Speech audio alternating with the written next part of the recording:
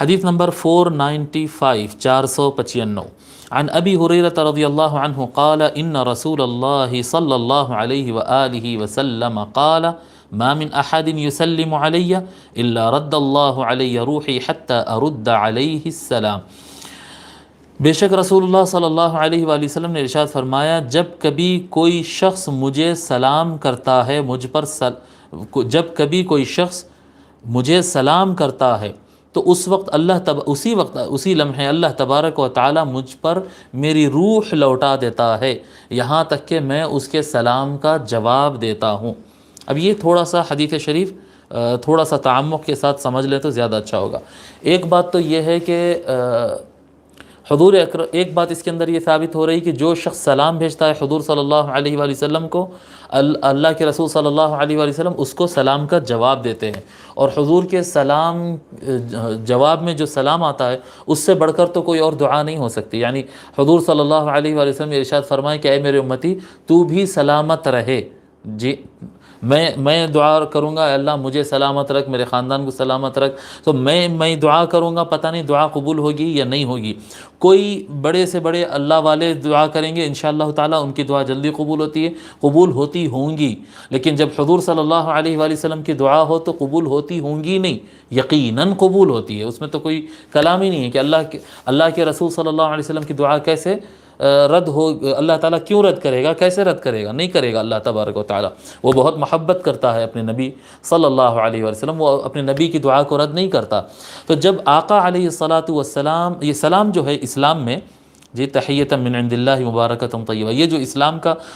سلام ہے، جی یہ دعائیہ الفاظ ہے کہ آپ بھی سلامت رہیے، آپ بھی سلامت رہیے، ٹھیک ہے۔ السلام علیکم، آپ سلامت رہیے، آپ پر سلامتی ہو، وعلیکم السلام، آپ پر بھی سلامتی ہو، یعنی آپ بھی سلامتی سے رہے، مشکلات سے، فتن سے، پریشانیوں سے محفوظ رہے۔ جب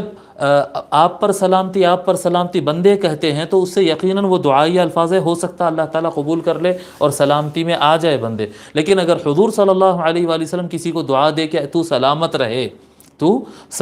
لا فض فوک، ایک صحابی رسول صلی اللہ علیہ وآلہ وسلم کو دعا دیتے ہوئے حضور صلی اللہ علیہ وسلم ایک مرتبہ زبان مبارک سے فرمائے تھے، تیرا منہ کبھی خالی نہ ہو، تیرا منہ کبھی خالی، لا فض فوک، تیرا منہ کبھی خالی نہ ہو۔ دعا دیے، ان کی عمر 115، مجھے برابر یاد نہیں ہے، بہرحال 100 سے اوپر، 115 یا 120 سال ان کی عمر تھی، ایک دانت بھی نہیں جھڑا تھا ان کا، ایک دانت بھی نہیں گیا تھا وہ، یعنی ان کے ہو سکتا ان کے اولاد کے دانت چلے گئے تھے، بہت ممکن ہے کہ ان کے پوتروں کے دانت جانے شروع ہو گئے تھے ہوں گے، لیکن ان کا ایک دانت بھی نہیں گرا تھا، یعنی آقا علیہ الصلاۃ والسلام کی زبان مبارک سے نکل گیا تھا، لا فض فوک، ٹھیک ہے۔ تو اسی طرح سے جب آقا علیہ الصلاۃ والسلام کسی چیز کا جواب دے، کسی کے سلام کا جواب دے اور کسی امتی کو کہے وعلیکم السلام، تو اس سے یعنی سلامتی کا آنا یقینی ہو جاتا ہے۔ تو یہ عبادت، درود و سلام پڑھنے کی عبادت بہت زیادہ اہمیت والی ہے۔ دوسری بات اس کے اندر یہ ہے کہ ہر انتقال کر جانے والا، جب موت آتی ہے، ہر آدمی جو انتقال کا وقت آتا ہے تو آدمی مرتا ہے، اور موت ایک چکنے کے اتنی دیر رہتا ہے، اس کے بعد آدمی دوبارہ زندہ ہو جاتا ہے، لیکن زندگی اس کے جسم والی زندگی نہیں ہوتی۔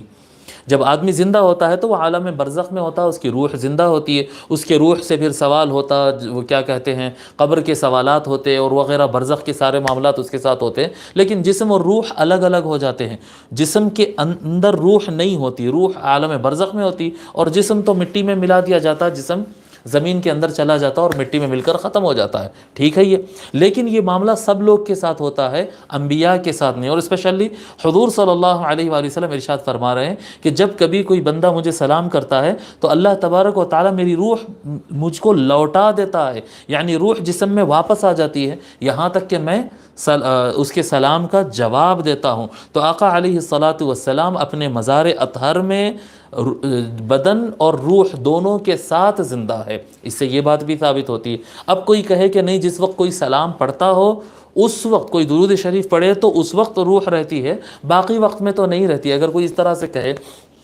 تو آگے احادیث آئیں گے عظمت المصطفیٰ صلی اللہ علیہ وسلم کے بیان میں، انشاءاللہ تعالی وہاں پر اور وضاحت اس کی ہو جائے گی۔ لیکن اس حدیث کے تحت بھی اگر اتنی بات کو اگر لے کر دیکھ لیں تو روئے زمین پر کوئی ایک لمحہ بھی ایسا نہیں بتا سکتے جو ٹائم پر درود شریف نہیں ہو رہا ہو۔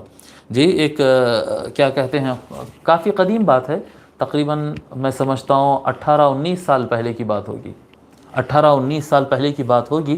جب ایک رپورٹ آئی تھی کہ روئے زمین پر کوئی ایک لمحہ بھی ایسا نہیں ہوتا جس میں اذان رکتی ہو، یعنی ایک جگہ اذان کا وقت آگے بڑھتا ہے تو دوسری طرف شروع ہو جاتا ہے، ادھر سے یہ ملک میں شروع ہوتا ہے وہ ملک میں ختم ہوتا ہے، یعنی اذان کا جو تسلسل ہوتا ہے نا سورج کی اور چاند کی حرکت کے ساتھ، تو زمین پر کوئی ایک سیکنڈ بھی ایسا نہیں ہے جس میں اذان رکے، ایسا کوئی ایک لمحہ نہیں ہے، جبکہ پوری بستی اور محلے میں ایک مسجد ہوتی ہے اور اس میں اذان ہو رہی، اس کے باوجود نہیں رک رہی، اور ایک محلے میں جہاں پر اذان ہو رہی ہے پتہ نہیں اتنے سو ہزاروں مسلمانوں میں سے کتنے 100 مسلمان ہر وقت درود شریف پڑھتے رہتے ہیں جی، کتنے آپ غور کریں کہ اپنی زندگی کے اندر آپ کتنی مرتبہ اذان سنتے ہیں اور آپ خود کتنے مرتبہ درود شریف پڑھتے ہیں۔ ایک مسجد میں اذان ہوتی، وہاں پر حاضر جو مصلیاں رہتے ان کی زبان سے آ کر نماز پڑھ کے واپس گئے تک نماز اور غیر نماز کی ملا کر کئی سو کئی ہزار درود شریف ان کے ہو جاتے، یعنی ہر اذان کی جگہ کئی ہزار درود شریف ہوتے، اور یہ منیمم بتا رہا ہوں میں، اسے تو تعداد یعنی اور زیادہ جاتی ہے۔ تو روئے زمین پر کوئی ایک لمحہ، ایک سیکنڈ یا اس کا اشاریہ بھی ایسا نہیں ہے کہ جب آقا علیہ الصلاۃ والسلام پر درود و سلام نہیں بھیجا جا رہا ہو، تو ہر وقت سلام بھیجا جا رہا ہے، اور آقا علیہ الصلاۃ اس حدیث کے مطابق آقا علیہ الصلاۃ والسلام کے جسم پاک میں اللہ تبارک و تعالیٰ نے روح رکھا ہے، اور آقا علیہ الصلاۃ والسلام بنفس نفیس آقا علیہ الصلاۃ والسلام ہمارے سلام کا جواب دے رہے ہیں۔ اس حدیث سے یہ بات ثابت ہوتی ہے۔ اس حدیث کو امام ابو داود اور امام احمد بن حنبل نے روایت کیا ہے۔